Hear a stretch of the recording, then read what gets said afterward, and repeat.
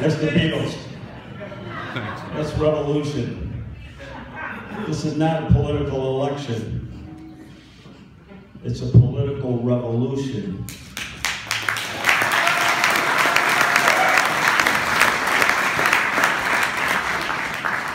I said that to Mike Glassner and Corey Lewandowski when I first went down to see them a month and a half, 2 months ago.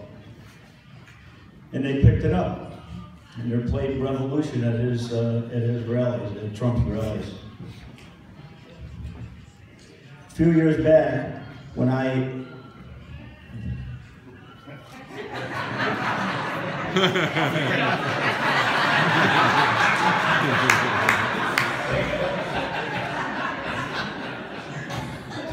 dangerous with electronics. We've heard that. Back a few years, I was asked by someone, why are you running for governor?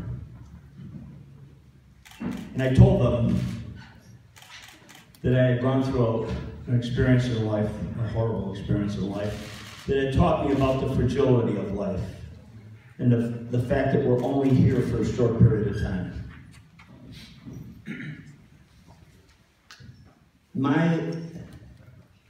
My ability, I knew, was such that other people, I could do things that other people couldn't do. I've had my success.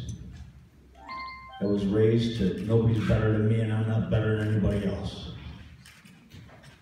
I was given a lot of strength in my younger years. And I was stuck in life. I was stuck in that ritual of running our business. So that's what brought on my decision.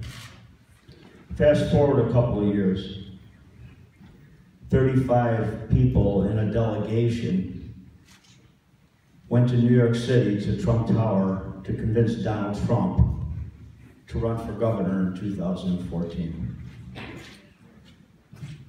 Donald Trump listened to them very cordially. He listened to what they had to say. He said, I'll consider it. And he said one more thing. He says, I got to talk to Carl Paladino first. So about a week later, Nick Langworthy and I and a couple others, we went down to New York City. I started developing a kidney stone in the cab on the way to the Trump Tower. Okay. That wasn't pretty. We sat at dinner, and I told him my spiel on why he should run, the fact that he has absolute name recognition and it wouldn't cost him as much money, and he's right on all the issues, and this is his state. He has a responsibility now in life to do these things and whatever. And we talked about that. And then I said, Donald, you've told me you want to run for president. And here we are, we're trying to get you to run for governor before you run for president.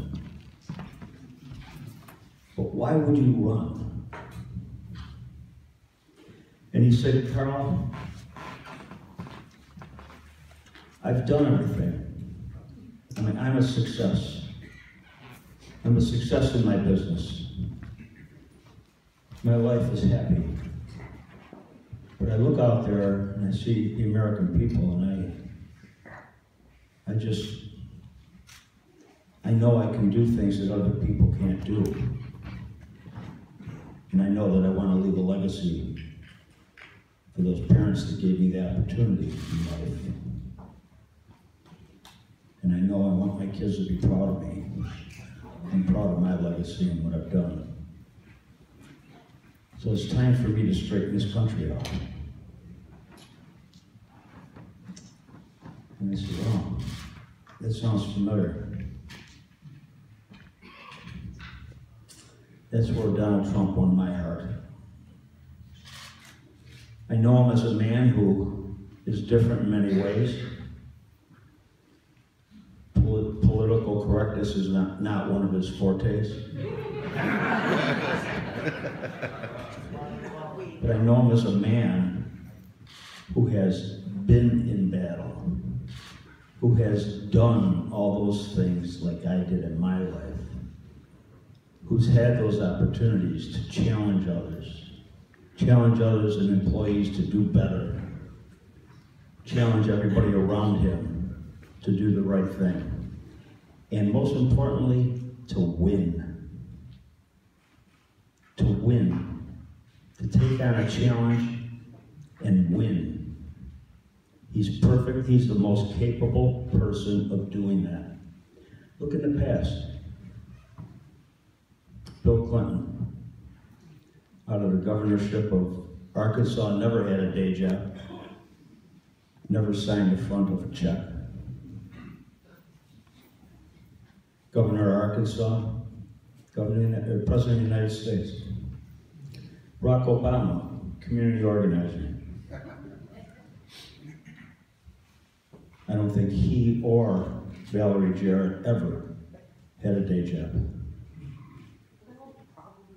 And we put the security of our families and our children, we put the security of our nation in the hands of this incompetent person. We put the future generations of our families at risk with the election of that man. The standard for being president, it should be the highest standard. The very best person, not the best political person, not whose turn it is, not whose family dynasty is there. It should be the best person. We don't trust Hillary. What's wrong with those people that do and say they're going to vote for her after all this? Just think about it. I see a lot of good candidates up there, and I would hope that Donald Trump, if elected, takes each one of them and puts them in his cabinet, because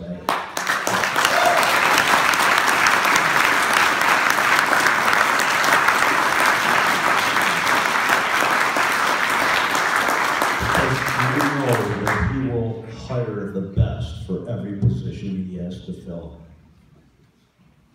And I am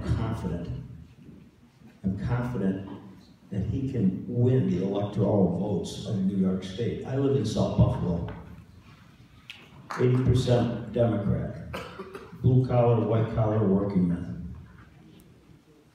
I walk into Potter's Field, I walk into 2 or 3 of the other restaurants in South Buffalo, I talk to people all the time. I have yet to find a person, a Democrat, who isn't going to vote for Donald Trump. It's an unusual. This is an unusual year. This year in politics will be remembered for decades in the future. We've never had a political situation like we have right now. This is an awesome opportunity to put a man in office who's going to take apart this old establishment that has been treating us like second-class citizens, that's forgotten where they came from. They caught this terrible disease of Washingtonitis. Vote for Donald Trump. These 2 little girls would like to.